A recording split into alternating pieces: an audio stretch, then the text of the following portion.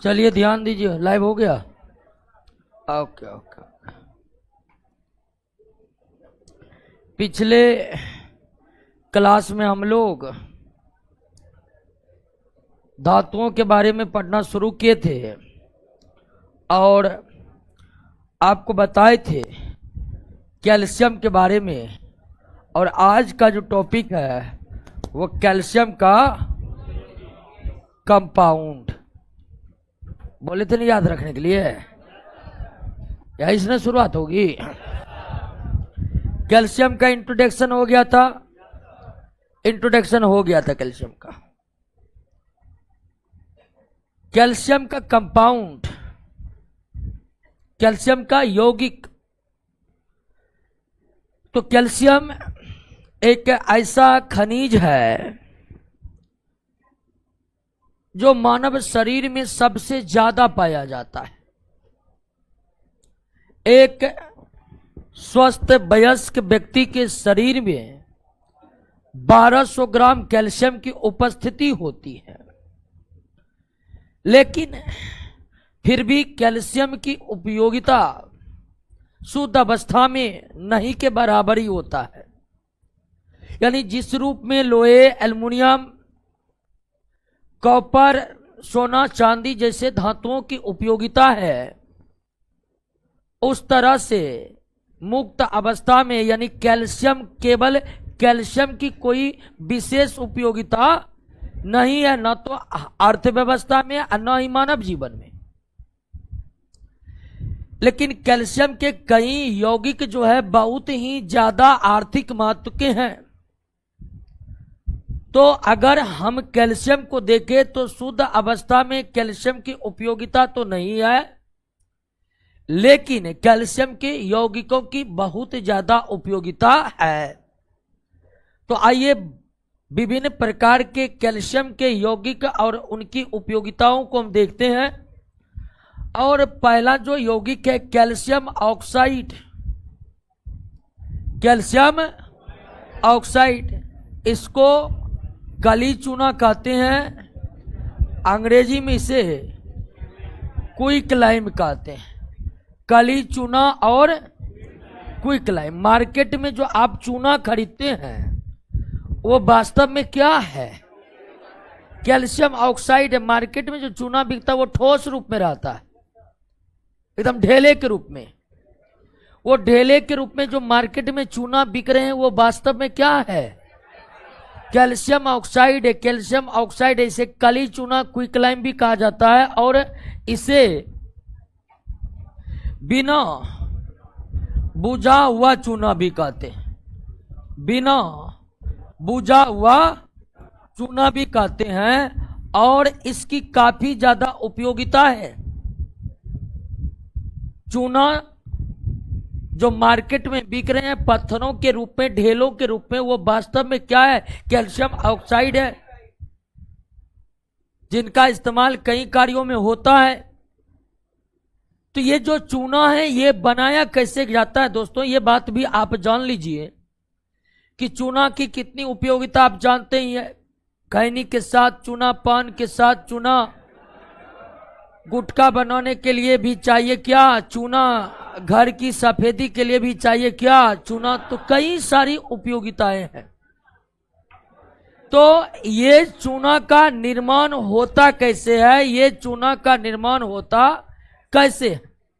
पृथ्वी के भूपर पट्टी पर पर्याप्त मात्रा में कैल्शियम कार्बोनेट उपस्थित है। पृथ्वी के भूपर पट्टी पर पर्याप्त मात्रा में कैल्शियम कार्बोनेट उपस्थित है। कैल्शियम कार्बोनेट को ही गर्म करने पर, कैल्शियम कार्बोनेट को ही गर्म करने पर कैल्शियम ऑक्साइड और कार्बन डाइऑक्साइड बनते हैं। कैल्शियम ऑक्साइड और कार्बन डाई ऑक्साइड बनते हैं। और यह जो रिएक्शन है ये रिवर्सिबल होता है।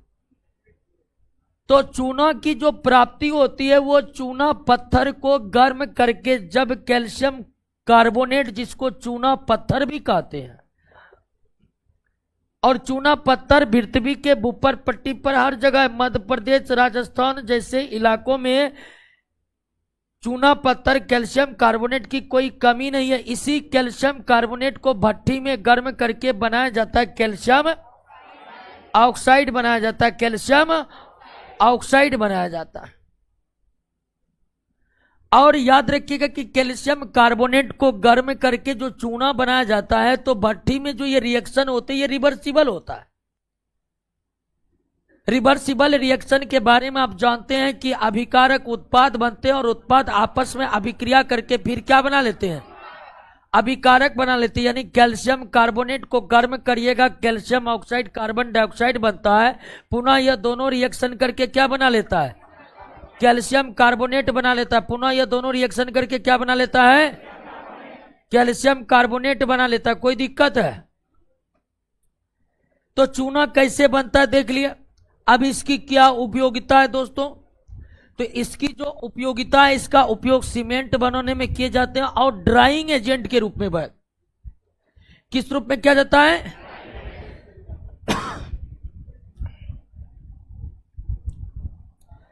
अब ड्राइंग एजेंट यानी किसी भी चीज को सुखाना है ना, वहां पर चूना, किसी भी चीज को सुखाना है, चाहे कहीं पर भीग गया, पानी गिर गया है, अब तुरंत वहां पर क्या कर दीजिए, चूना गिरा दीजिए और वो तुरंत ही सूख कर क्या हो जाता, तैयार हो जाता।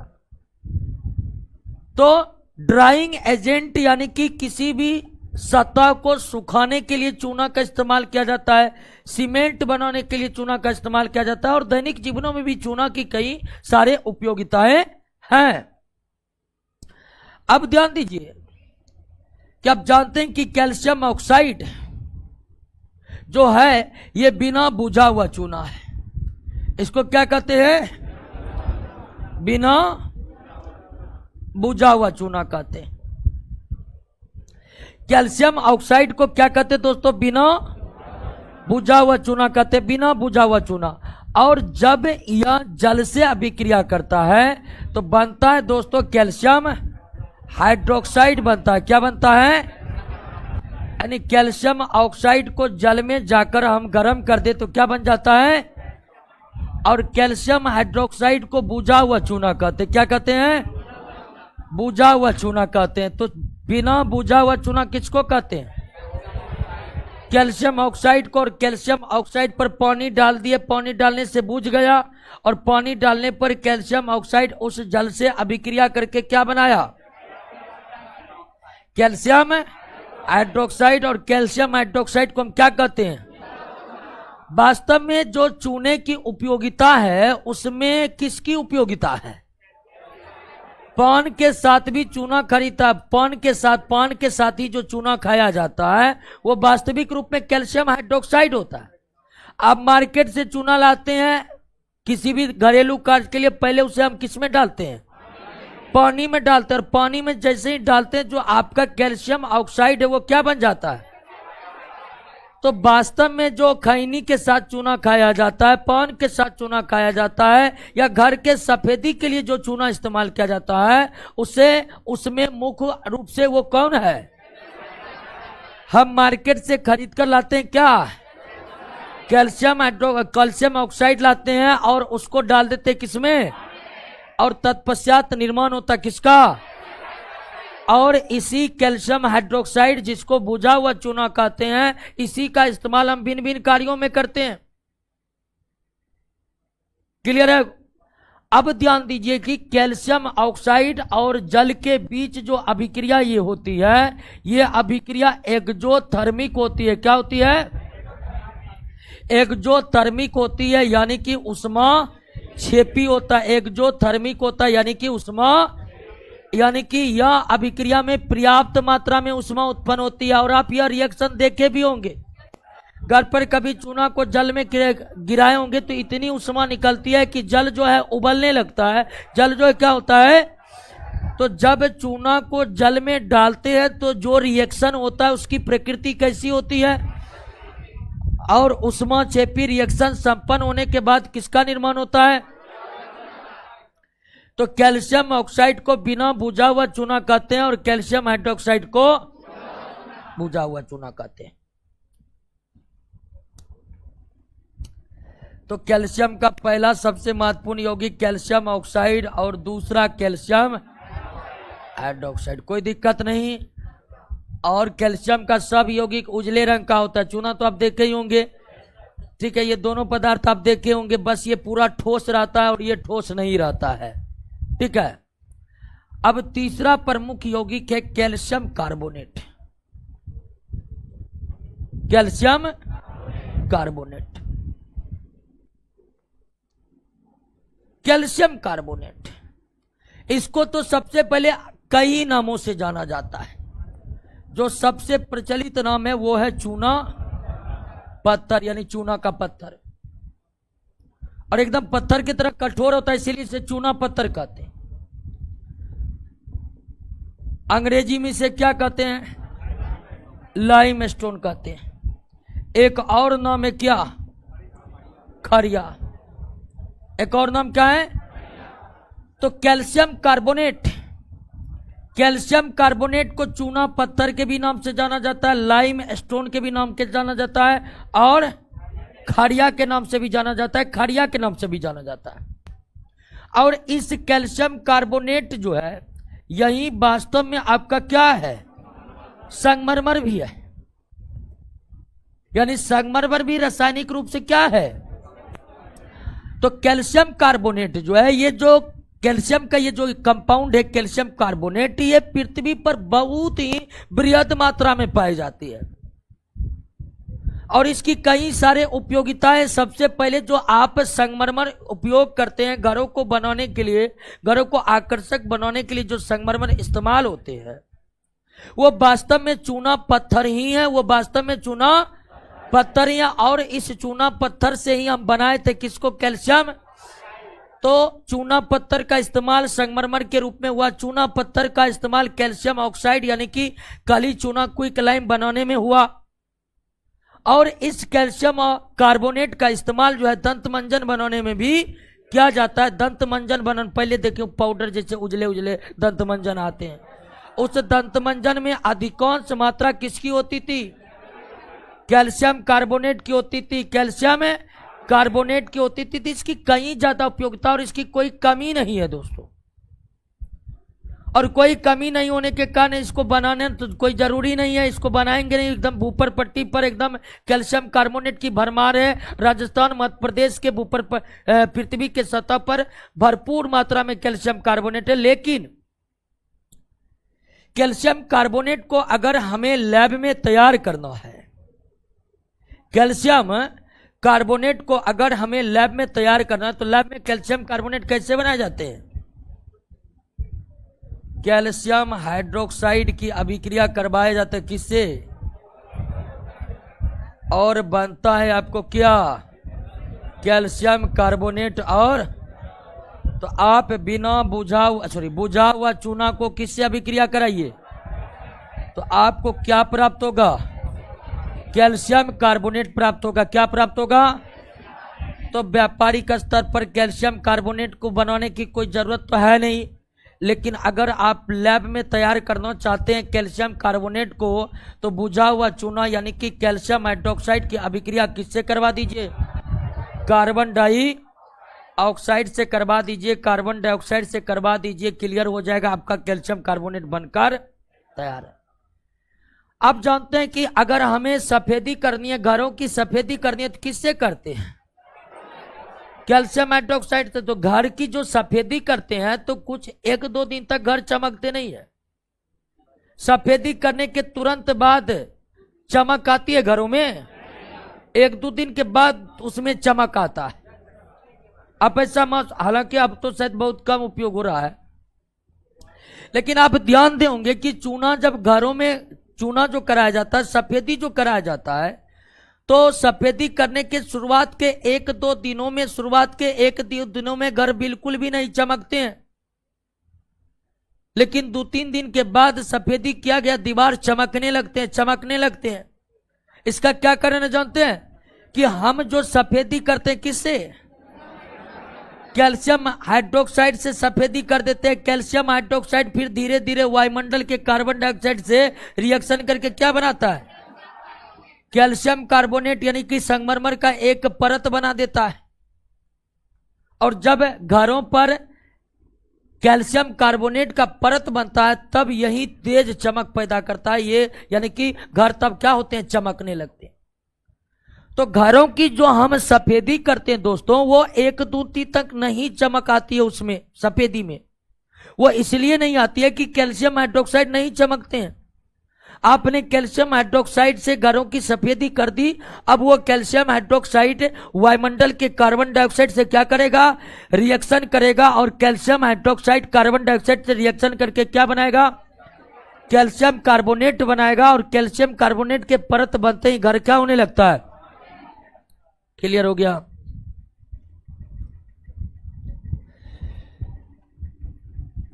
अगला प्रमुख यौगिक है ब्लीचिंग पाउडर। ब्लीचिंग पाउडर, इसको हिंदी में कहते हैं विरंजक चूर्ण, और इसका रासायनिक नाम है कैल्शियम ऑक्सीक्लोराइड। Calcium oxychloride. अब देखे भी होंगे, ब्लीचिंग पाउडर देखे भी होंगे, एकदम उजला रहता है लेकिन थोड़ा पीलापन लिए रहता है। ये उजला होता है लेकिन थोड़ा पीलापन लिए होता है, बहुत कम लेकिन थोड़ा सा पीलापन लिए रहता है ब्लीचिंग पाउडर। और ये जल में घुलनशील है लेकिन बहुत ज्यादा घुलनशील, जल में घुलता है लेकिन बहुत धीमी गति से घुलता है। और इसका इस्तेमाल जल को साफ करने के लिए होता है। खासकर काई जब उग जाते हैं तो उसको हटाने के लिए प्राय किसका इस्तेमाल करते हैं, ब्लीचिंग पाउडर का इस्तेमाल करते हैं। जलों में भी हानिकारक सूक्ष्मजीवों को मारने के लिए उसमें क्या डालते हैं, विरंजक चूर्ण को डालते हैं, जिसका रासायनिक नाम क्या है, कैल्शियम ऑक्सीक्लोराइड।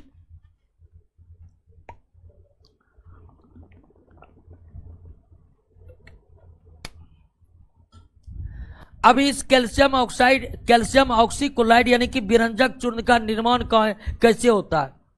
तो विरंजक चूर्ण यानी कि कैल्शियम ऑक्साइड का निर्माण करने के लिए सबसे पहले हमें चाहिए बुझा हुआ चूना यानी कि कैल्शियम। और कैल्शियम हाइड्रोक्साइड की प्रतिक्रिया हम किससे करवाते हैं, क्लोरीन से बनाते हैं। बनता है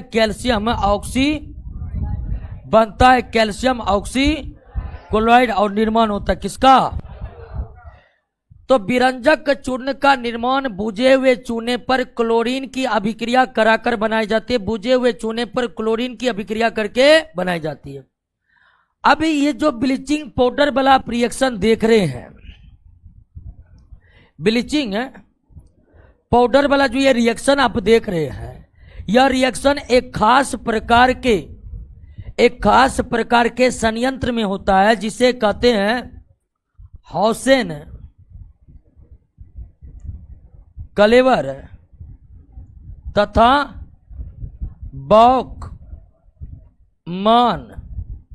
संयंत्र, ठीक है ना।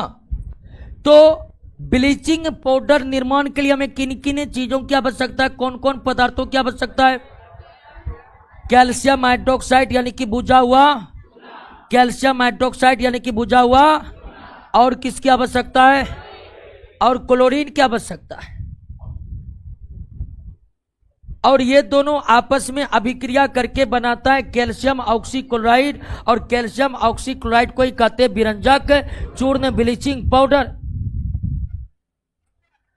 अब ध्यान दीजिए कि ब्लीचिंग पाउडर निर्माण के लिए जो ये रिएक्शन प्रक्रिया आप देख रहे हैं, ये रिएक्शन प्रक्रिया एक खास प्रकार के संयंत्र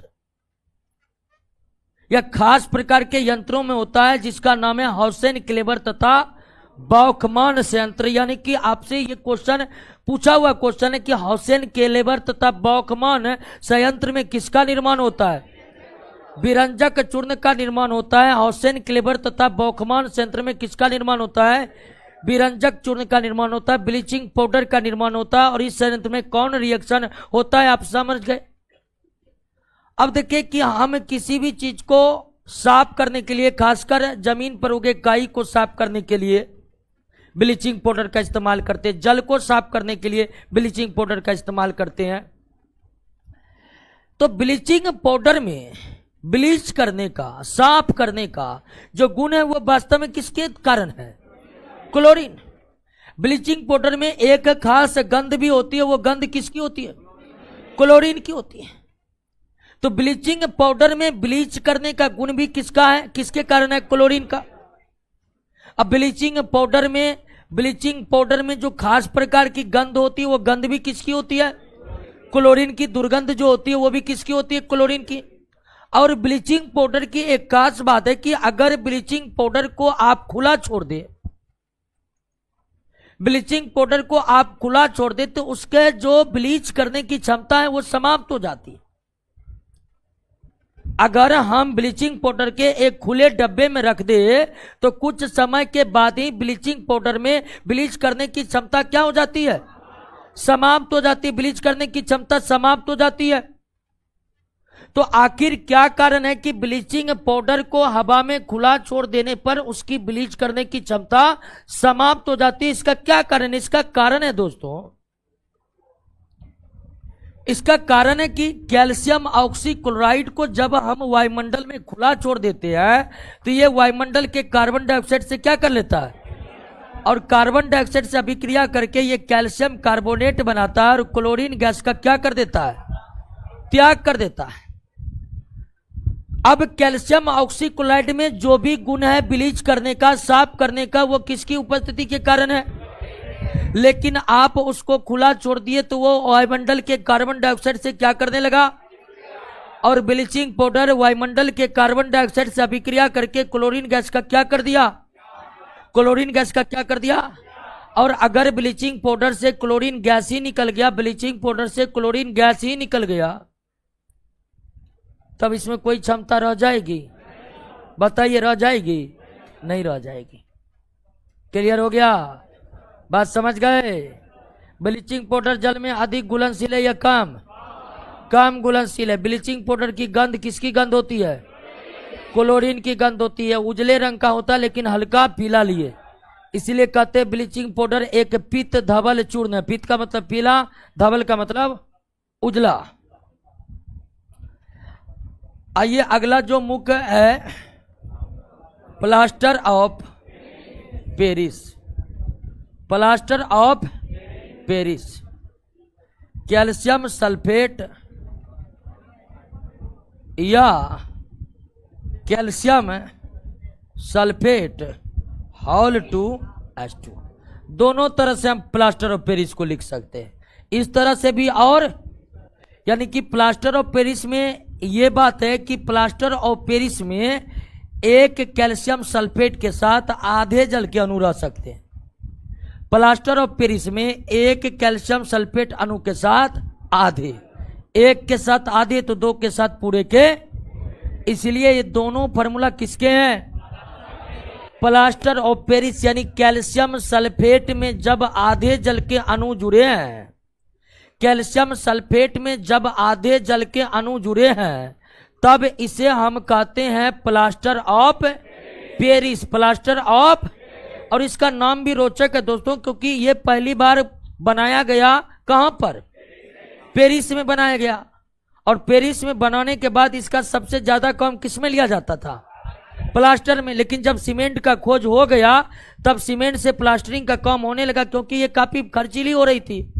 तो ये जो प्लास्टर ऑफ पेरिस का नाम प्लास्टर ऑफ पेरिस है, ये इसलिए है कि क्योंकि पहली बार इसे पेरिस में ही बनाया गया, और पेरिस में पहली बार जो बनाया उसके बाद इसका व्यापक उपयोग किस रूप में लिया जा रहा था? प्लास्टरिंग के काम में लिया जा रहा था। प्लास्टरिंग के काम में लिया जा रहा, और तब सीमेंट की खोज नहीं हुई थी। और जब सीमेंट की खोज हुई थी तो व्यापक तरीके से, आज भी आप जानते हैं कि प्लास्टरिंग में अब किसका इस्तेमाल होता है?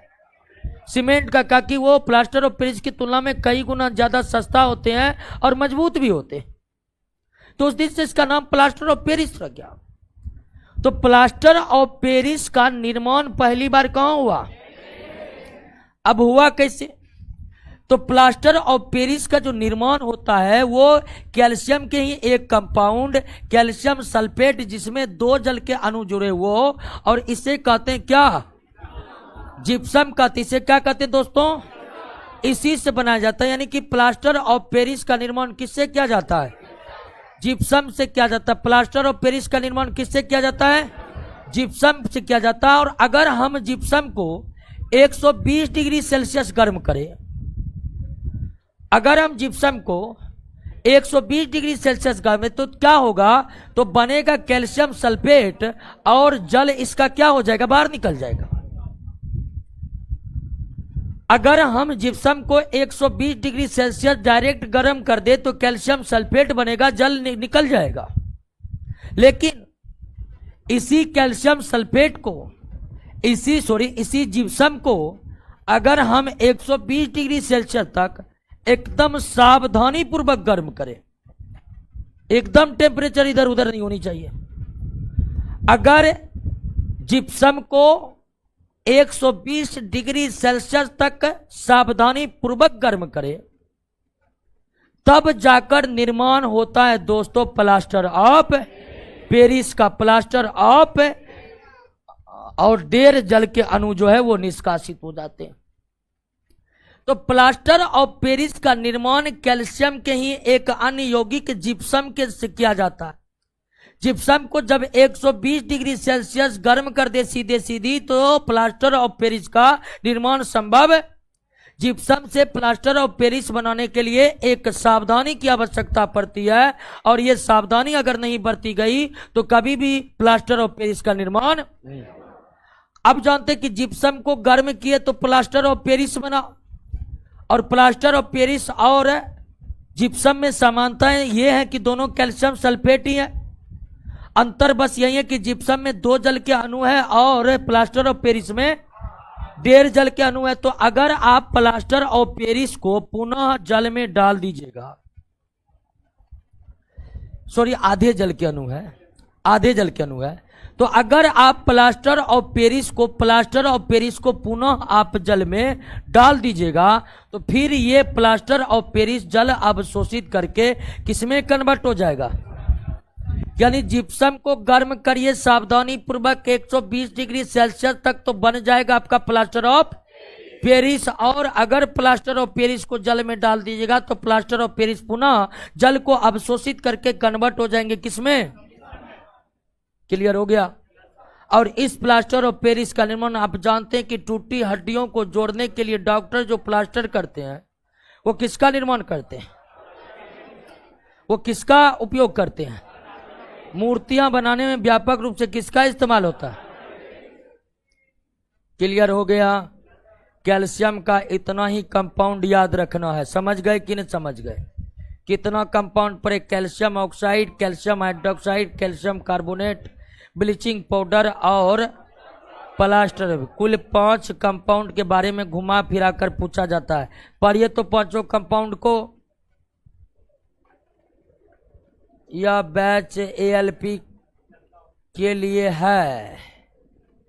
बिल्कुल दोस्तों, एलपी के लिए क्यों? एलपी में भी यही सब पूछा जाता है, सब एग्जाम के लिए यह बैच है।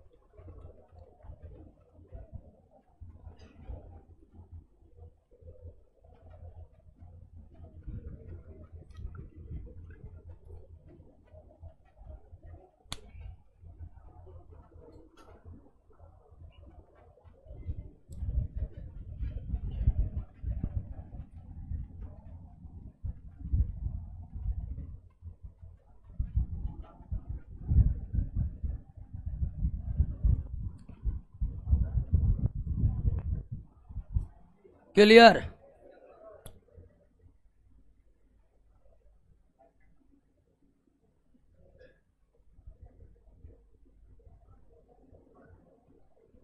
चलिए दोस्तों, अब अगले मेटल पर आते हैं। अगला मेटल है मैग्नीज।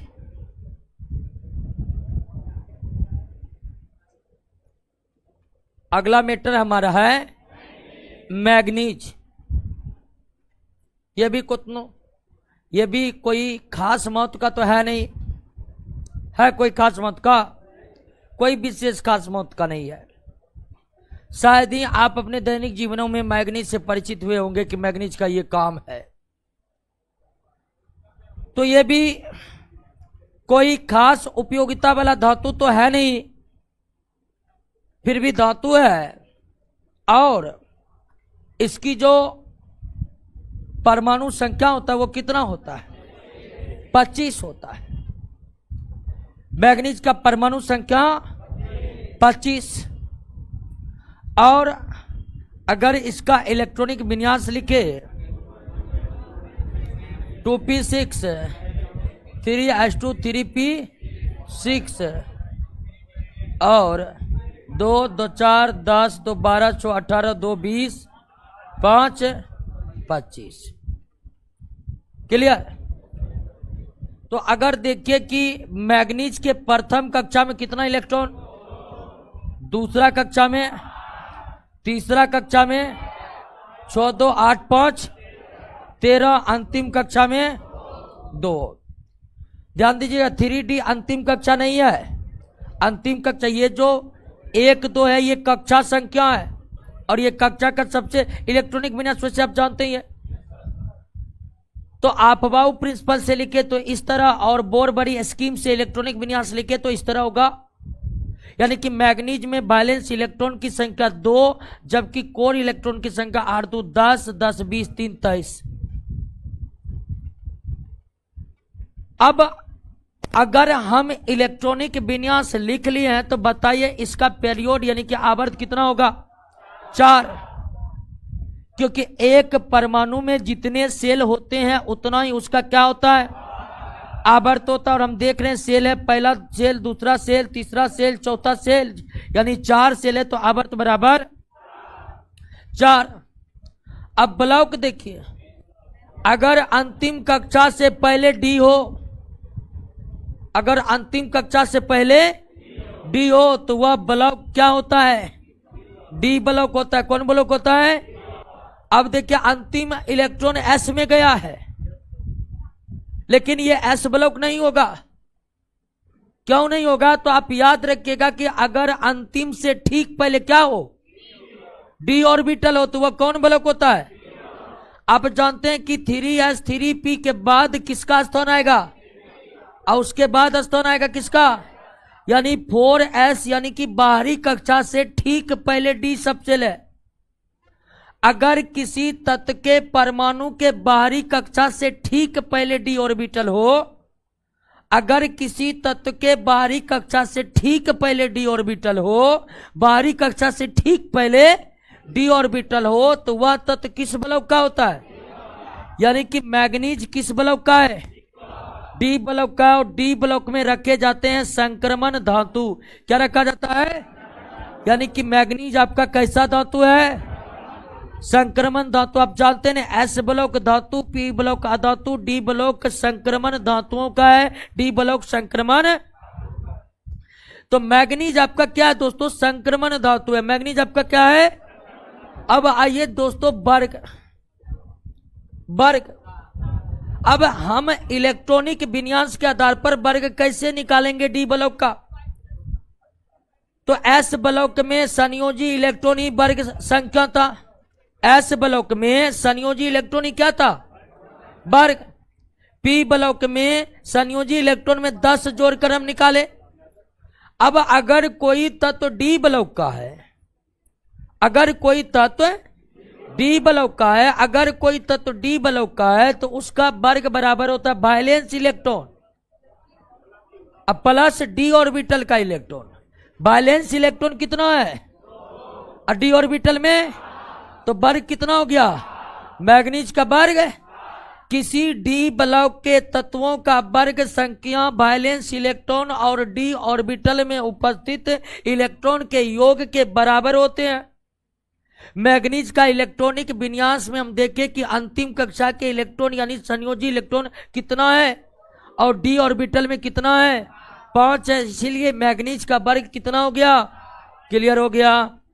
चलिए मैग्नीज का इंट्रोडक्शन समझ गए। मैग्नीज का परमाणु संख्या कितना, आवर्त ब्लॉक, डी ब्लॉक का कैसा धातु, यानी मैग्नीज क्या है और इसका वर्ग क्या है। डी ब्लॉक का वर्ग कैसे निकाले, समझे कि नहीं समझे। डी ब्लॉक का वर्ग कैसे निकाले, समझे कि नहीं समझे, कोई दिक्कत नहीं ना। अब आते हैं दोस्तों कि मैग्नीज को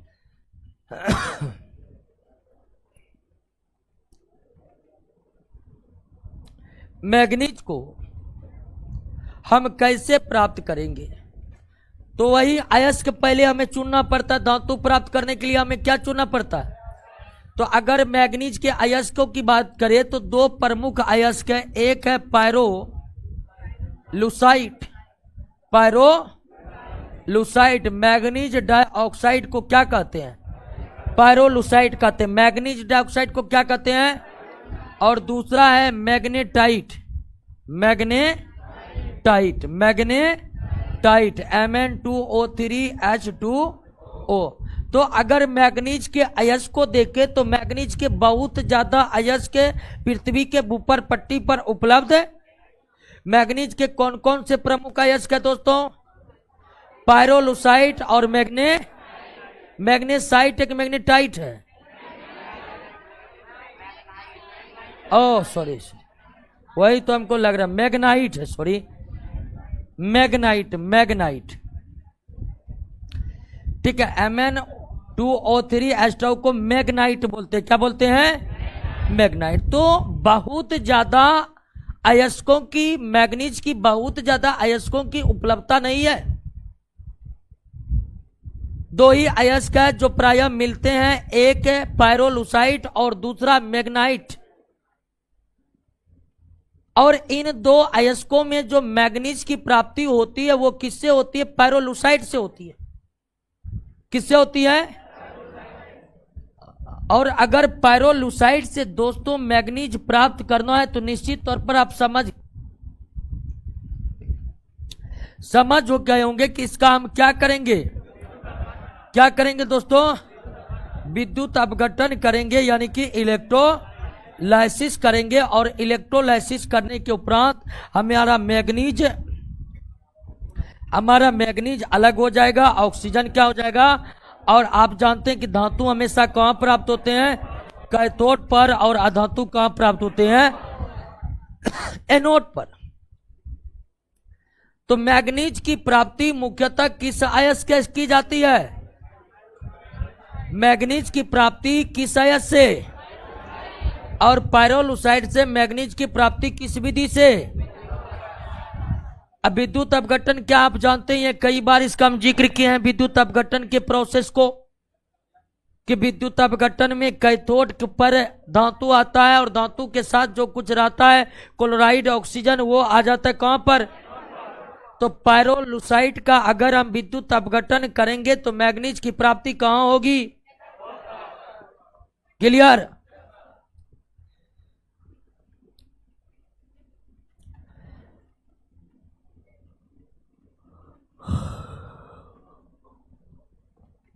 अब तो ये बात तो शुरुआत में ही जान गए थे कि मैग्नीज की बहुत ज्यादा कोई उपयोगिता है, लेकिन इसका एक यौगिक बहुत ज्यादा उपयोगी मैग्नीज का, वो है दोस्तों पोटेशियम परमैंगनेट।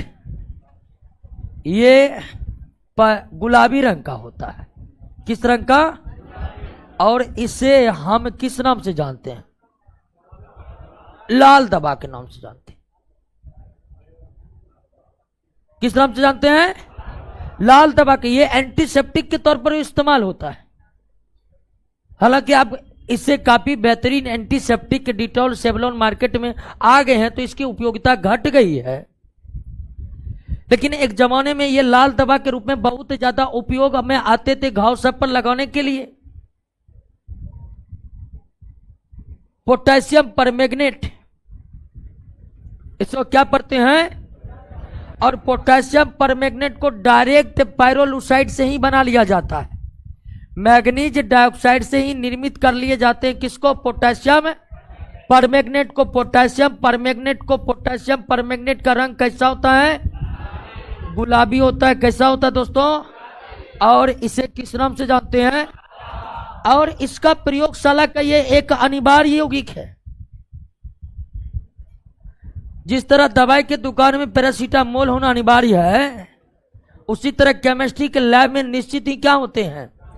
पोटेशियम परमैंगनेट होते हैं। लैब में ऑक्सीकारक पदार्थ के रूप में, लैब में ऑक्सीकारक पदार्थ के रूप में अगर सबसे ज्यादा किसी का इस्तेमाल किया जाता है तो वो क्या है दोस्तों?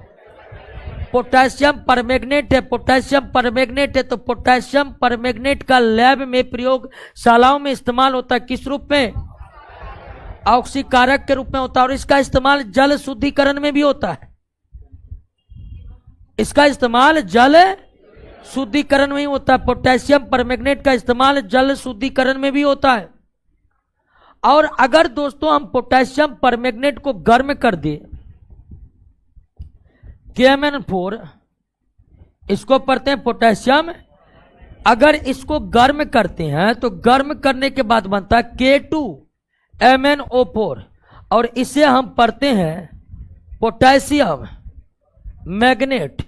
नोट में सही करिएगा, नोट में डायरेक्ट दिया कि पोटेशियम परमैंगनेट के बाद पोटेशियम परमैंगनेट बनता, तो वहां K की जगह क्या लगा दीजिए। तो ध्यान रखिएगा, KMnO4 को पोटेशियम परमैंगनेट पढ़ते हैं और K2MnO4 को क्या पढ़ते हैं? पोटेशियम। तो अगर हम पोटेशियम परमैंगनेट को गर्म कर दे तो हमें क्या प्राप्त होगा? पोटेशियम मैग्नेट प्राप्त होगा। मैग्नीज डाइऑक्साइड और ऑक्सीजन गैस का क्या होगा? त्याग होगा। ऑक्सीजन गैस का क्या होगा? त्याग होगा। तो प्रयोगशालाओं में ऑक्सीजन गैस बनाने के लिए भी हम इसका इस्तेमाल कर सकते हैं। हालांकि क्या नहीं जाता है, लेकिन कर सकते हैं। तो पोटेशियम परमैंगनेट को गर्म करने पर कौन सी गैस बाहर निकलती है? ऑक्सीजन गैस निकलती है। और पोटेशियम परमैंगनेट गर्म होकर किसका निर्माण करते हैं? Potassium magnet. Potassium magnet. और पोटेशियम मैग्नेट का सूत्र क्या होता है दोस्तों? क्लियर हुआ? तो याद रखिएगा, KMnO4 को क्या पढ़ते हैं? KMnO4 को क्या पढ़ते हैं? और K2MnO4 को? K2MnO4 को? कोई दिक्कत? बातों को समझ गए? तो इतना ही बात याद रखना है पोटेशियम परमैंगनेट के बारे में। क्लियर? पोटेशियम परमैंगनेट के बारे में इतनी ही बातों को याद रखना है। पोटेशियम परमैंगनेट को गर्म करने पर कौन सी गैस बाहर निकलती है? ऑक्सीजन। पोटेशियम मैग्नेट का सूत्र क्या होता है? समीकरण बैलेंस है कि नहीं है?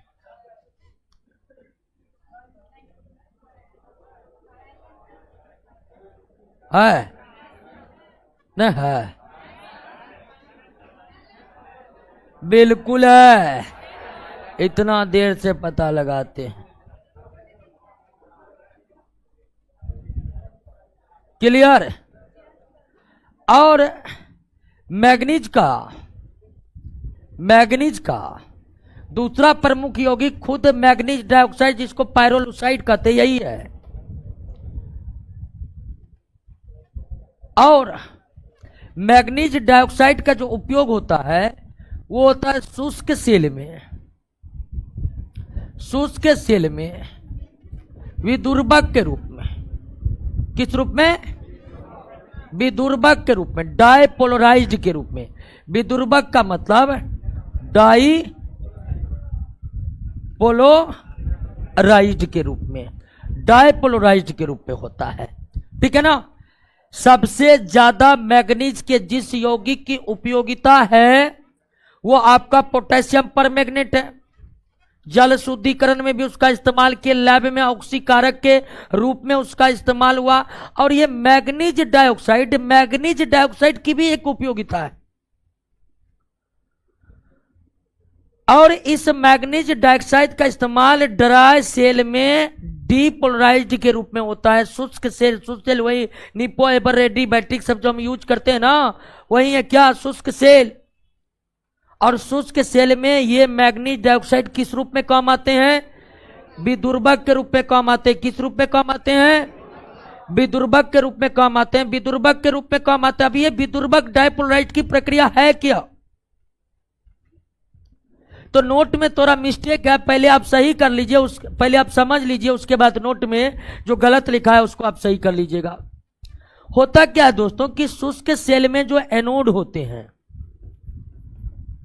शुष्क सेल में जो एनोड होते हैं, और एनोड का मतलब सेल में मतलब क्या? ऋणात्मक ग्रिड। इलेक्ट्रोलाइसिस में एनोड प्लस होता है, लेकिन जब बात सेल की होगी तो सेल में एनोड क्या होगा? तो शुष्क सेल के एनोड पर हाइड्रोजन गैस जमा हो जाता है। क्या हो जाता है? जमा हो जाता है। अगर हम ड्राई सेल का लगातार उपयोग करते रहे तो उस ड्राई सेल के, शुष्क सेल के एनोड पर क्या जमा हो जाता है? हाइड्रोजन गैस जमा होकर एनोड के कार्य को क्या कर देता है? बाधित कर देता है। शुष्क सेल का उपयोग करने पर शुष्क सेल के एनोड पर हाइड्रोजन गैस का जमा होना, हाइड्रोजन गैस का जमा होना ध्रुवण कहलाता है। हाइड्रोजन गैस का जमा होना क्या कहलाता है? पोलराइजेशन कहलाता है, ध्रुवण कहलाता है।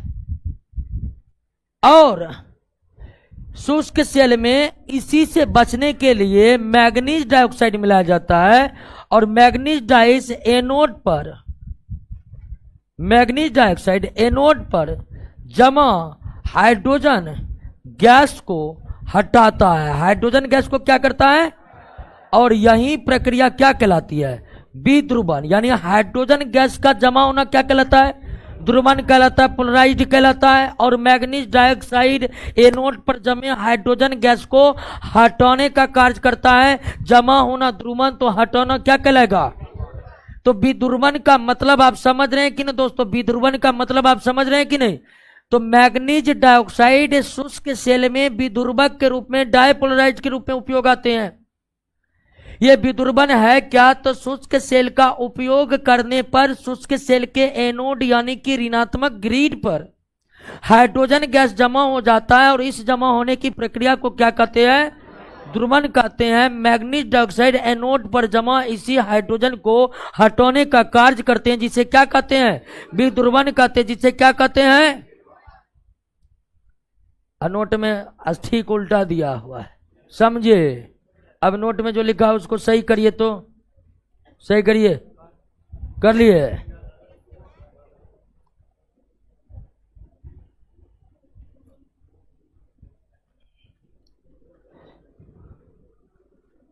देखे थोड़ा नोट, ये जो है ना MnO2 द्वारा हाइड्रोजन गैस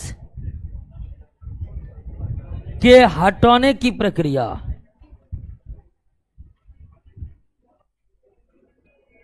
हटाने की प्रक्रिया क्या कहलाती है? विध्रुवण कहलाती है। समझ गए ऑनलाइन वाले दोस्तों? समझ गए क्या सही करना है? और नहीं तो नोट में जो मैग्नीज डाइऑक्साइड उसको काट दीजिए, ये लिख लीजिए, काट के पूरा यही लिख डालिए, ये भी कर सकते हैं। शुष्क सेल के एनोड पर हाइड्रोजन गैस जमा होना क्या कहलाता है? ध्रुवण। मैग्नीज डाइऑक्साइड एनोड पर जमा हाइड्रोजन गैस को हटाता है, यह क्रिया क्या कहलाता है? विध्रुवण कहलाता है।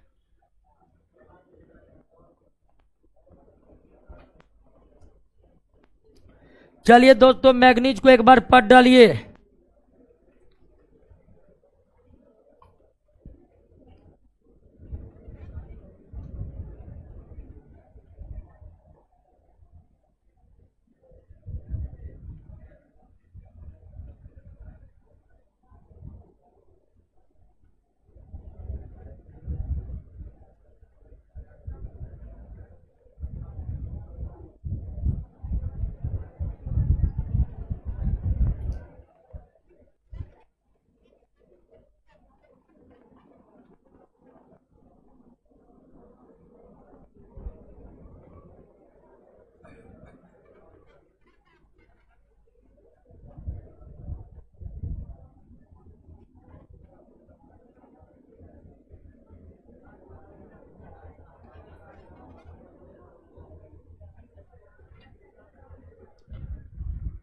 क्लियर। आ जाइए दोस्तों लोहा पर। इसके बाद लोहे ना है, लोहा। लोहा का लैटिन नाम क्या जानते हैं? क्या है? फेरम है। क्या है? और फेरम से ही सिंबल निकल कर आया है क्या? एफी। लोहा। और इतने क्लास हम आगे बढ़ गए हैं मेटल वाले चैप्टर में, और आप ये जान ही गए हैं कि लोहा एक ऐसा धातु है जो सबसे ज्यादा उपयोग में लाई जाती है। वर्तमान समय में पूरे वैश्विक अर्थव्यवस्था में जिस धातु की सबसे ज्यादा उपयोग हो रही है वो कौन है? लोहा। लोहा इतनी ज्यादा महत्व की धातु है कि अगर ये लोहा पृथ्वी के ऊपर पट्टी से विलुप्त हो जाए तो वैश्विक अर्थव्यवस्था की गति जो है वो थम जाएगी। तो लोहा वर्तमान मानव सभ्यताओं के द्वारा इस्तेमाल की जाने वाली सबसे ज्यादा इस्तेमाल की जाने वाली धातु है। और दूसरा स्थान किसका है? एल्युमिनियम का। दूसरा स्थान किसका है? एल्युमिनियम का है।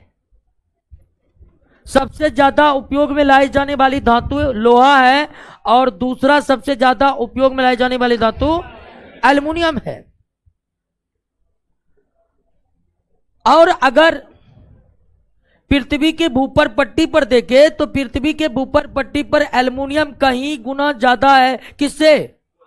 लोहा से। अगर पृथ्वी के ऊपर पट्टी पर देखें तो पृथ्वी के ऊपर पट्टी पर लोहा से ज्यादा मात्रा है। किसकी? फिर भी आप देखे होंगे कि एल्युमिनियम महंगा है, लोहा सस्ता है। जबकि उपलब्धता के आधार पर एल्युमिनियम पृथ्वी के ऊपर पट्टी पर ज्यादा पाए जाते हैं, उसके तुलना में लोहा की उपलब्धता पृथ्वी के ऊपर पट्टी पर कम है। तो ऐसा क्या कारण है कि ज्यादा मात्रा में उपलब्ध होने के बाद भी एल्युमिनियम महंगा है और कम मात्रा में उपलब्ध होने के बाद भी लोहा सस्ता है? तो इसका कारण है कि अयस्कों से धातु अलग करने की जो प्रक्रिया है वो एल्युमिनियम में बहुत ज्यादा खर्चीला है। यानी कि लोहा के अयस्कों से लोहा प्राप्त करना कम खर्चीला है, उसके बनस्पत एल्युमिनियम के अयस्क से एल्युमिनियम प्राप्त करना अधिक खर्चीला होने के कारण ही एल्युमिनियम क्या हो जाता है? महंगा हो जाता है। नहीं तो पृथ्वी पर भूपर पट्टी की उपलब्धता देखें तो एल्युमिनियम ज्यादा है, लोहा कम है। अब लोहा जिसका लैटिन नाम फेरम है और फेरम से ही निकलकर इसका संकेत तय हुआ है एफी। इसका परमाणु संख्या कितना? 26। परमाणु संख्या 26। इलेक्ट्रॉनिक विन्यास 1s2 2s2 2p6 3s2 3p6 3d6 और 4s2। मैग्नीज का भी तुरंत लिखे थे 25, तो एक बढ़ा देना है किसमें? डी में। मैग्नीज के डी में 5 था, इसके डी में 6 है। क्लियर? यानी पहला कक्षा में कितना इलेक्ट्रॉन है? 2, दूसरा कक्षा में 8, तीसरा में 14, अंतिम में यानी लोहा में बैलेंस इलेक्ट्रॉन की संख्या 2 है। अब आइए, अगर लोहा का हम इलेक्ट्रॉनिक विन्यास लिख चुके हैं तो इसका आवर्त क्या होगा बताइए? 4। और लोहा किस आवर्त में है? और हम कैसे कह रहे हैं कि लोहा चौथा आवर्त में है? क्योंकि इसमें सेल की संख्या कितनी है? 4। सेल की संख्या कितनी है? तो लोहा में सेल की संख्या, परमाणु में सेल की संख्या 4 है और जितना सेल होते हैं उतना ही उसका आवर्त होता है, उतना ही उसका आवर्त होता है। और अंतिम कक्षा से ठीक पहले क्या है? अंतिम कक्षा से दूर होगा डी तो नहीं होगा। अंतिम कक्षा से ठीक पहले डी होता है तो समझिए वो किस ब्लॉक का होता है? यानी मैग्नीज भी डी ब्लॉक का, लोहा भी यानी लोहा भी दोस्तों क्या है? संक्रमण धातु है। लोहा भी क्या है? अगर किसी तत्व के परमाणु के अंतिम से पहले ठीक डी ऑर्बिटल है, अंतिम से पहले ठीक डी ऑर्बिटल है, अंतिम से पहले ठीक डी ऑर्बिटल है, तब वह किस ब्लॉक का होता है? डी ब्लॉक का होता है। तब वह किस ब्लॉक का होता है? डी ब्लॉक का होता है। तो लोहा में अंतिम से पहले ठीक 3D है, यानी डी ऑर्बिटल है, तो लोहा किस ब्लॉक का तत्व है? और डी ब्लॉक के तत्व किस प्रकार के होते हैं? ट्रांजिशनल मेटल होते हैं। ये भी ट्रांजिशनल मेटल होते हैं। और अगर इसका वर्ग देखें तो डी ब्लॉक का हम वर्ग कैसे निकालते हैं? तो डी ब्लॉक का वर्ग बराबर वैलेंस इलेक्ट्रॉन। वैलेंस इलेक्ट्रॉन कितना? अब प्लस डी ऑर्बिटल का। तो डी ऑर्बिटल में कितना इलेक्ट्रॉन? अंतिम कक्षा में। तो अगर कोई तत्व डी, कोई धातु डी ब्लॉक का है या कोई तत्व ही डी ब्लॉक का है और डी ब्लॉक में जो भी है वो धातु ही है, तो डी ब्लॉक का जो वर्ग होता है उसमें हम valence electron plus D orbital के इलेक्ट्रॉन को जोड़ते हैं। Valence electron plus D orbital का इलेक्ट्रॉन इक्वल टू वर्ग संख्या। तो लोहा किस वर्ग में है? 8 में है। लोहा किस आवर्त में है? 4 में है। लोहा किस ब्लॉक में है? लोहा किस प्रकार के धातु है? क्या लोहा सामान्य धातु है? नहीं। ठीक है, लोहा संक्रमण धातु है। लोहा कैसा धातु है? क्लियर है? बात को समझ गए? कोई दिक्कत नहीं ना? तो लोहा का इंट्रोडक्शन समझ गए। अब आते हैं लोहा कैसे कैसे उपलब्ध है।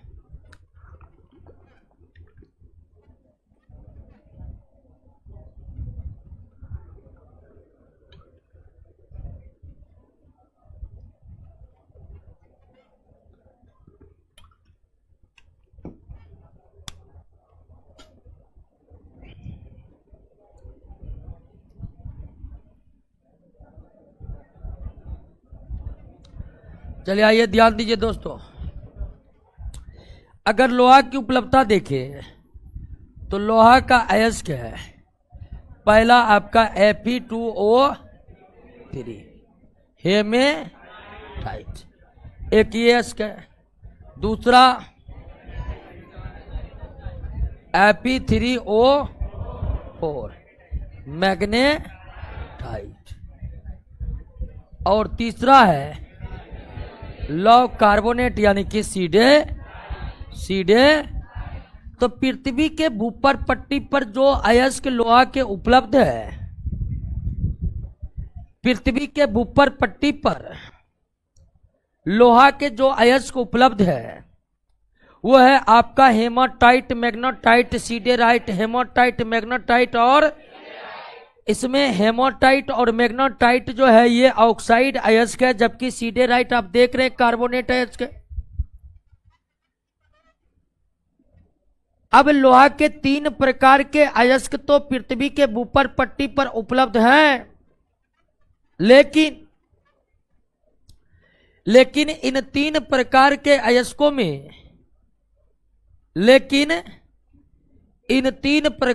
अयस्कों में, सबसे ज्यादा जो उपलब्ध अयस्क पृथ्वी के भूपर पट्टी पर है वो कौन?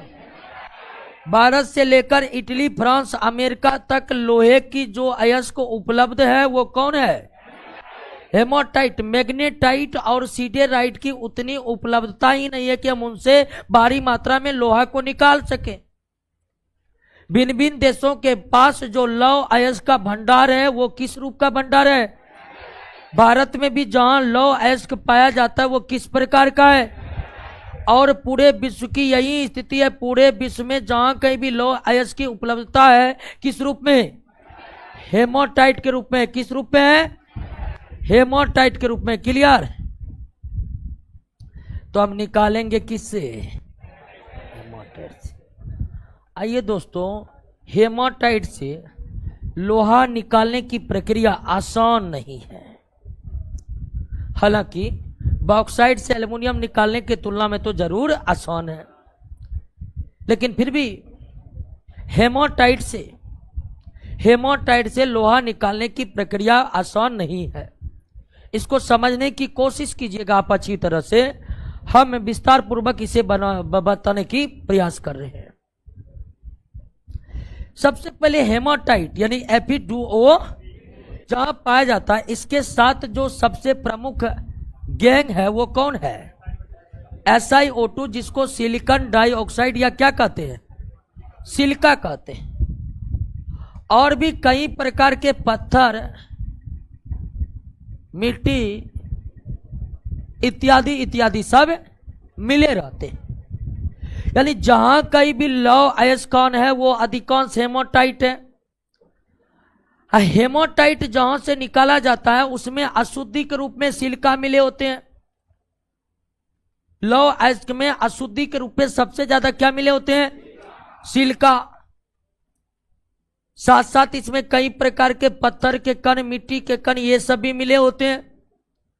तो अब जो लौह अयस्क जहां से निकाला जाता है, सबसे पहले इसे द्रव चालित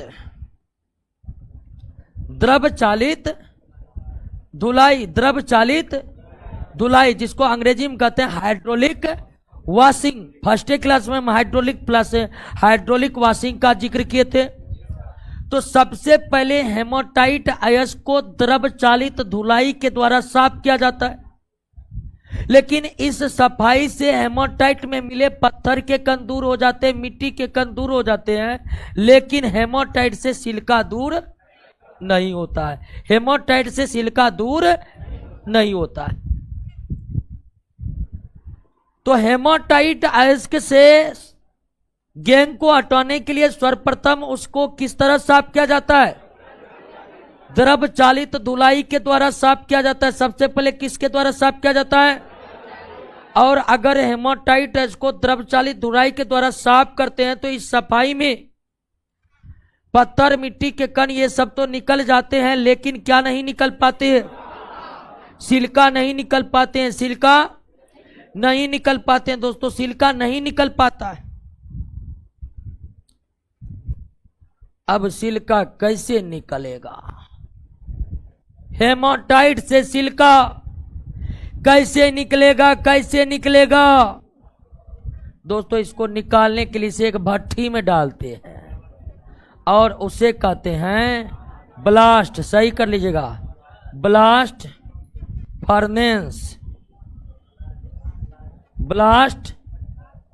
फर्नेस, हिंदी में वात्या। आप हेमाटाइट को पहले हाइड्रोलिक वॉशिंग कर दिए ना, और हाइड्रोलिक वॉशिंग करके हेमाटाइट से क्या निकला? कौन कौन सी अशुद्धि निकली? मिट्टी के कण, पत्थर के कण निकल गए कि नहीं? लेकिन क्या हाइड्रोलिक वॉशिंग करने से हेमाटाइट का सिलिका निकला? यानी कि हेमाटाइट के साथ जो खतरनाक गैंग है वो सिलिका है। जो खतरनाक गैंग है वो कौन है? और सिलिका गैंग को निकालने के लिए इसे डाला जाता है किसमें? यानी कि लोहे के अयस्क के लोहा निकालने के लिए उसे एक खास प्रकार के भट्ठी में डाला जाता है। उस भट्ठी को क्या कहते हैं? ब्लास्ट फर्नेस कहते हैं। उस भट्ठी को क्या कहते हैं? क्लियर? भट्ठी को डिटेल में पढ़िएगा, पढ़ लीजिए। क्या जरूरी है? नहीं पढ़िएगा रिजल्ट नहीं होगा, पढ़ लीजिए। हमको लगा सब कहेगा छोड़ दीजिए, लेकिन रिजल्ट आज के दौर में बहुत कठिन हो गया है। लेकिन आप जानते हैं कितना भी कठिन हो जाए प्रश्न बाहर। अब देखें इस चैप्टर में कितना डाले हैं? 427 कुछ, 400। औकात नहीं किसी बोर्ड का इससे बाहर जा रहा है। इसीलिए हम कहते हैं कि क्लास में केवल समझिए, बहुत को समझा रहे हैं, उसको टेंशन है परीक्षा में पूछेगा कि नहीं पूछेगा। अरे परीक्षा में तो वही पूछेगा जो लास्ट में है। हमारे नोट जो है, जो हमसे नहीं भी पढ़ता वो खरीद कर ले जाता है। सही बोल रहे हैं, मार्केट में वायरल है नोट। नोट में ऐसन ऐसन गलती की है कि अपनों से पढ़ेगा जाएगा, है कि ना है। मैगनीज वाला देखा है ना, अब बहुत विद्यार्थी तो आएगा, अब पूरा एकदम तक सर नोट दे दीजिए, खाली हम रट लेंगे। खाली नोट दे देंगे, रट लेगा। लुसेंट तो अभी तक तुम रटाने है। जो किताब पूरा फ्रेश है उसको तुम रटने पर, मेरा नोट रट लेगा। रट लेगा तो पूरा गिरेगा दहे बाजार। समझ रहे ना भाषा को। तो नोट जो इधर उधर से लेता है तो उसको आप समझाइएगा कि नोट में कुछ बहुत ही महीन गलतियां हैं क्या, जो आपका रिजल्ट बना देगा लेकिन मेरिट से हटा देगा।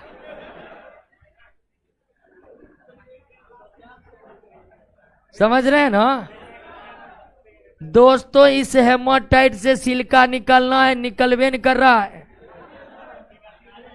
इसीलिए अब डालेंगे इसको किसमें, भट्टी में डाल देंगे। भट्टी का नाम क्या है।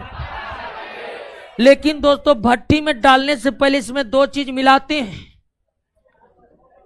भट्टी में डालने से पहले इसमें दो चीज मिलाते हैं। एक कोक, लगभग 98% शुद्ध कार्बन को क्या कहते हैं, यानी कोक यानी कार्बन। और मिलाते हैं कैल्शियम कार्बो। और दोस्तों ये गैंग है, ये सिलिका क्या है, और सिलिका को हटाने के लिए हम दो चीज मिला रहे हैं, यानी कि ये दोनों क्या है दोस्तों, फ्लक्स है। ये दोनों क्या है, जबकि सिलिका क्या है, गैंग है। सिलिका क्या है, गैंग है। सिलिका क्या है, गैंग है। तो सिलिका गैंग है, और गैंग को हटाने के लिए फ्लक्स के रूप में क्या क्या मिला है, कोक मिला दिए। क्या मिला दिए, कोक मिला दिया और कैल्शियम कार्बोनेट। अब इसको मिला करके क्रशर मशीन में पीस डालते हैं सबको, और इस तरह से जो चूर्ण तैयार होता है, इस तरह से जो हेमाटाइट, सिलिका, कोक और कैल्शियम कार्बोनेट का जो चूर्ण तैयार होता है, उस चूर्ण को क्या कहते हैं, सॉरी चार्ज कहते हैं। क्या कहते हैं, चार्ज। उस चूर्ण को क्या कहते हैं, चार्ज। हेमाटाइट का सबसे प्रमुख अयस्क कौन है, सॉरी प्रमुख गैंग कौन है, जो कि हाइड्रोलिक वॉशिंग से दूर। गैंग सिलिका को हटाने के लिए हेमाटाइट में कौन कौन फ्लक्स मिलाते हैं, और हेमाटाइट गैंग और फ्लक्स के मिश्रण को क्या कहते हैं, चार्ज कहते हैं। हेमाटाइट गैंग और फ्लक्स के मिश्रण को क्या कहते हैं, चार्ज कहते हैं। क्या कहते हैं, चार्ज कहते हैं। और इसी चार्ज को गिराया जाता है वात्या भट्टी में। चार्ज में क्या क्या है आप समझे कि नहीं समझे, क्लियर है। अब इसी को गिराया जाता है दोस्तों वात्या भट्टी में। अब वात्या भट्टी कैसे होता है आपको हम बता रहे हैं। चार्ज आपके सामने में है, इसको डायरेक्ट भट्टी बना रहे हैं, गिरा देंगे उसको।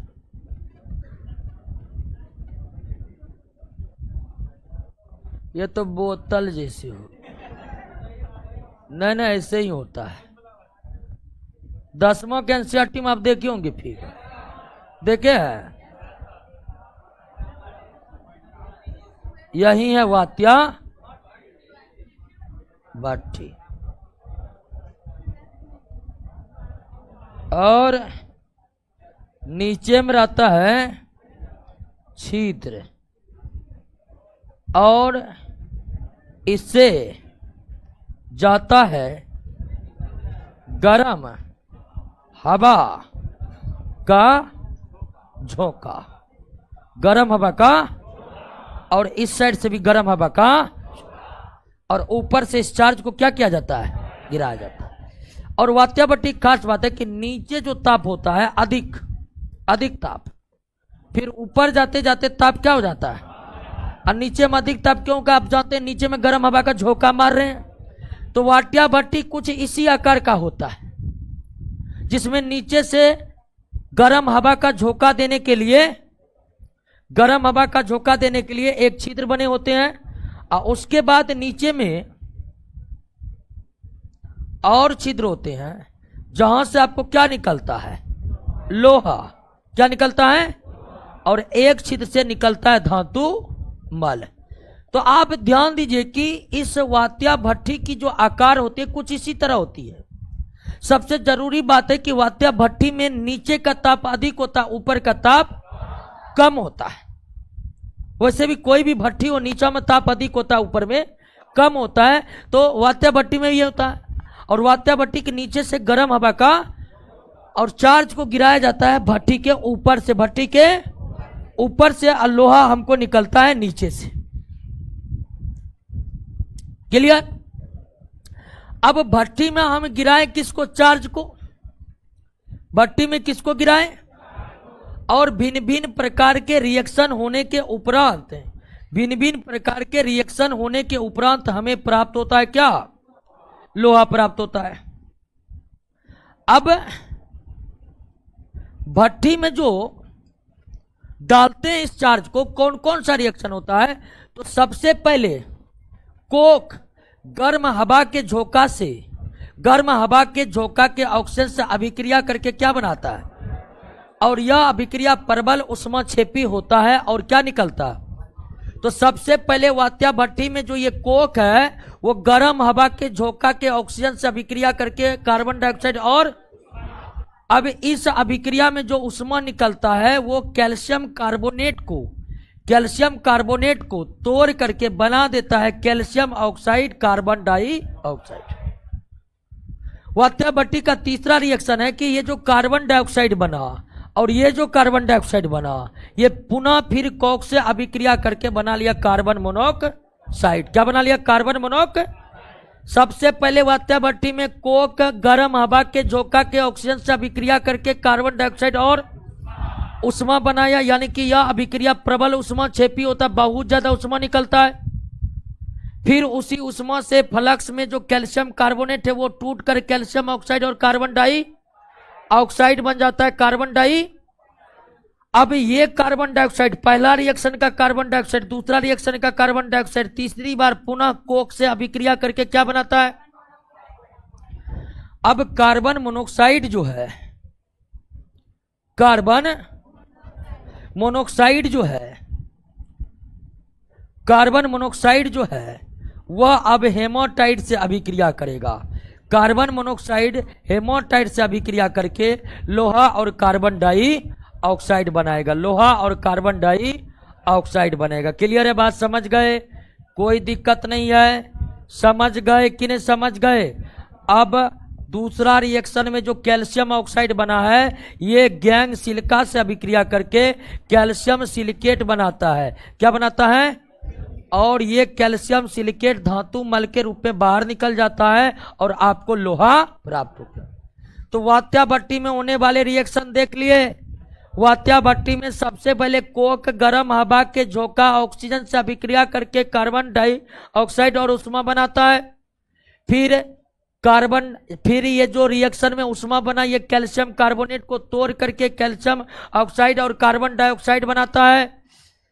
अब अब ये कार्बन डाइऑक्साइड एक बार पुनः कोक से अभिक्रिया करके कार्बन मोनोऑक्साइड बनाता है। कार्बन मोनोऑक्साइड जो है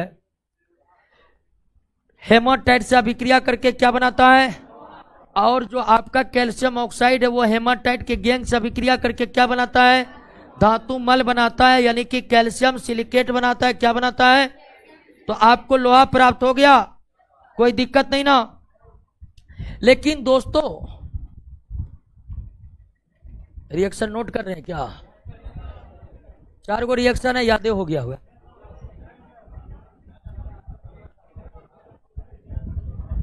चलिए लोहा मिल गया है ना, लेकिन लोहा जो मिला है गड़बड़ सरबर है। पहले रिएक्शन देख लीजिए आप, लोहा को एक बार और साफ करेंगे।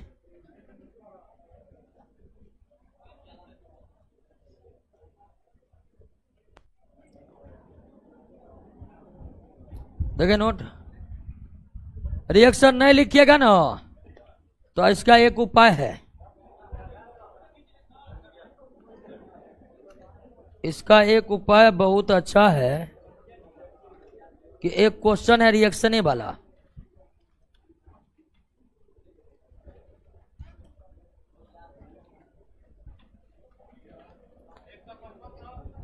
एक सौ पचपन 155 को व्यवस्थित कर लीजिए, सारा रिएक्शन क्लियर। तो क्या बनाइए 155।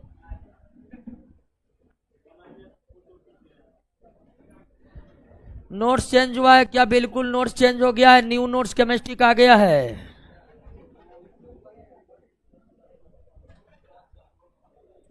एक 155 155 155 क्या होगा आंसर?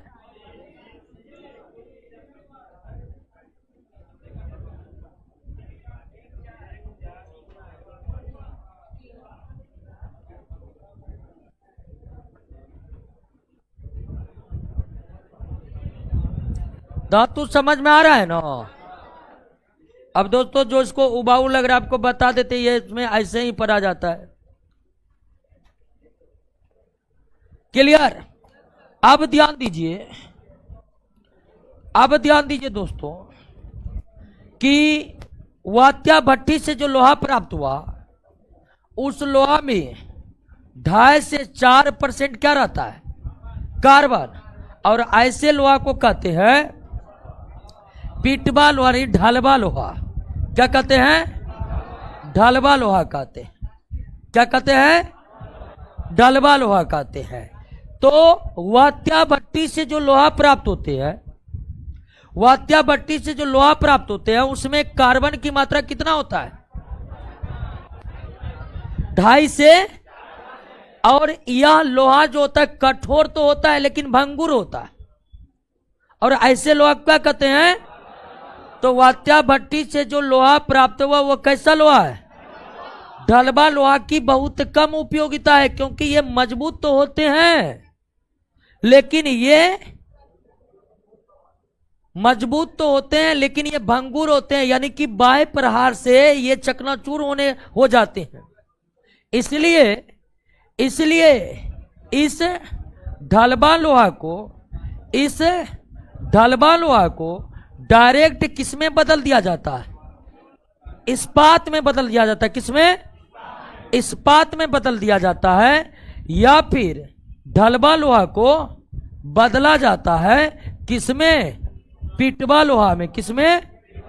और पिटवा लोहा में कार्बन की मात्रा बहुत कम, 0.1% से 0, और इस्पात में 0.1 से 1.5% था। तो वात्या भट्टी से किस प्रकार का लोहा प्राप्त होता है? ढलवा लोहा को डायरेक्ट किसमें बदला जाता है? इस्पात में बदला जाता है। किसमें? क्योंकि शुद्ध अवस्था में लोहा बहुत ज्यादा उपयोगी, सबसे आप जितने भी चीजों को लोहा कर रहे हैं वास्तव में वो क्या है? इस्पात। अंग्रेजी में स्टील कहते हैं, स्टील है। तो लगभग वात्या भट्टी में तैयार 90% से अधिक लोहे को तुरंत किसमें कन्वर्ट कर लिया जाता है? इस्पात में कन्वर्ट कर लिया जाता है, और कुछ लोहों को कन्वर्ट किया जाता है पिटवा लोहा में, और पिटवा लोहा में कार्बन की मात्रा सबसे कम, ढलवा लोहा में कार्बन की मात्रा सबसे ज्यादा, और इस्पात में कार्बन की मात्रा दोनों लोहा के बीच में होता है, मध्य में होता है। क्लियर हो गया? बात को समझ गए? कोई दिक्कत नहीं ना? अब लोहा का प्रमुख यौगिक कौन कौन है?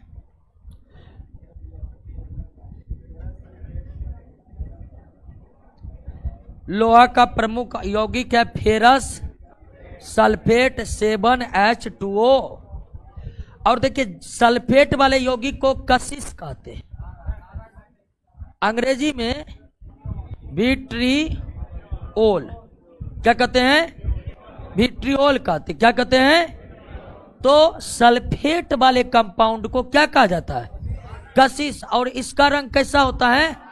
इसलिए फेरस सल्फेट को क्या कहा जाता है? हरा कशिश कहा जाता है। फेरस सल्फेट को क्या कहा जाता है? हरा, इसका रंग ही हरा होता है। लेकिन अगर इससे जल के अणुओं को हटा दे तब यह हरा से रंगहीन हो जाता है, तब यह हरा से क्या हो जाता है, रंगहीन हो जाता है।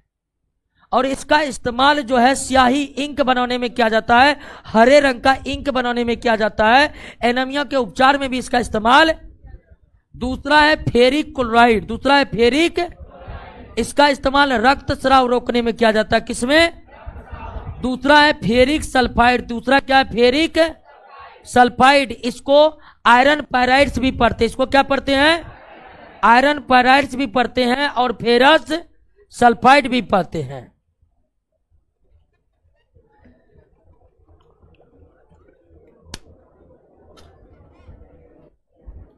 अगला है दोस्तों, अगला है मोहर salt, FeSO4 NH4 hall 2SO4 6H2। और इसकी क्या उपयोगिता है आप याद कर लीजिए, एक एक लाइन में लिखा हुआ है। क्या? तो लोहा समाप्त हो गया ना।